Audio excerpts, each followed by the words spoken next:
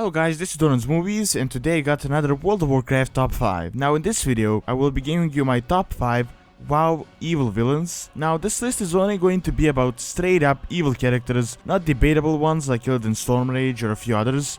Also, this is just my view on it, and feel free to leave your top 5 villains in the comment section below. So without further ado, let's just get into the list. Number 5. Kel'Thuzad. Too late did I realize that such power does not come without a price.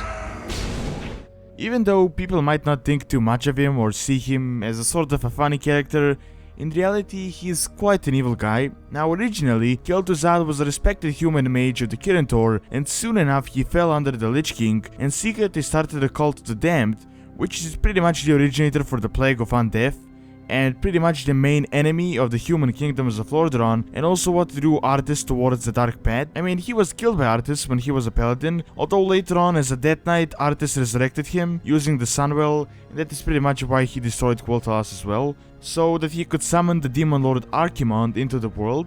Now, after Arthas went to Northrend in order to become the Lich King, he stayed in the Plague Lands in order to spread the plague even further with the help of his famous necropolis, and later on, once he was defeated, he actually moved the necropolis to Northrend, where he was defeated again by the same heroes of Azeroth, but his fate to this day is currently unknown. Number 4. Arthas. My son, the day you were born, the very forests of Lordaeron whispered the name Arthas.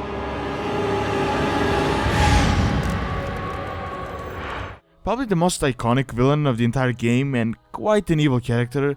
I mean, originally he was the son of Terrence Manethil and quite a perfect prince. I mean, he was a paladin, he cared for his people and all of that, but no one could actually tell at the time and guess what he would become. I mean, after killing Kel'Thuzad, he set out to kill the leader of the Scourge, Mal'Ganis, the Dreadlord, and the pursuit for him was the only thing he saw in front of him, and he went to any extent in order to do it. I mean, first was the purging of the town of Stratholme, and after that he set out to Northrend in order to hunt Mal'Ganis down, using the Hidden Rune Blade as last resort, even though Frostmourne resulted in pretty terrible ways, and was a tool of the Lich King in order to control Arthas.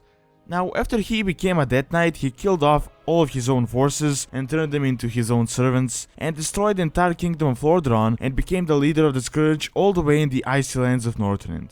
Now, he committed many atrocities from that position, but justice finally caught up to him when he was killed by Tyrion Fordring and the heroes of Azeroth. For me.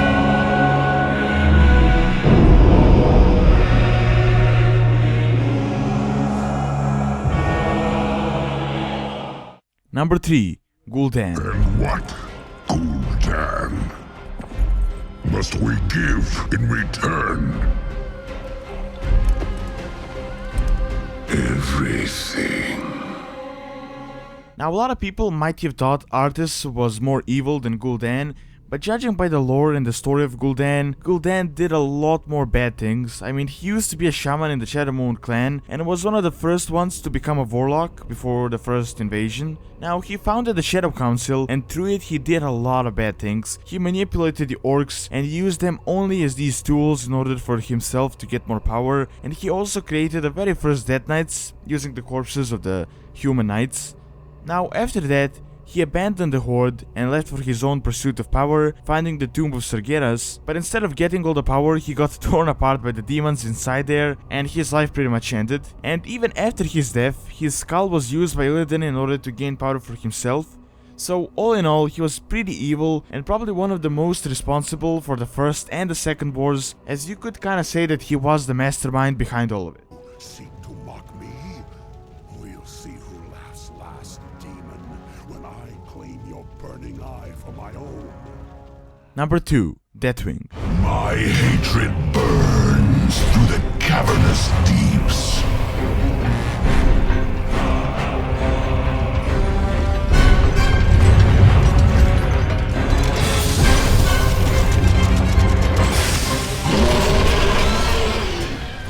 Now, the main villain of Cataclysm expansion, and also a character that has very deep roots in the lore. Originally, he was called Neltharion and was the leader of the Black Dragonflight.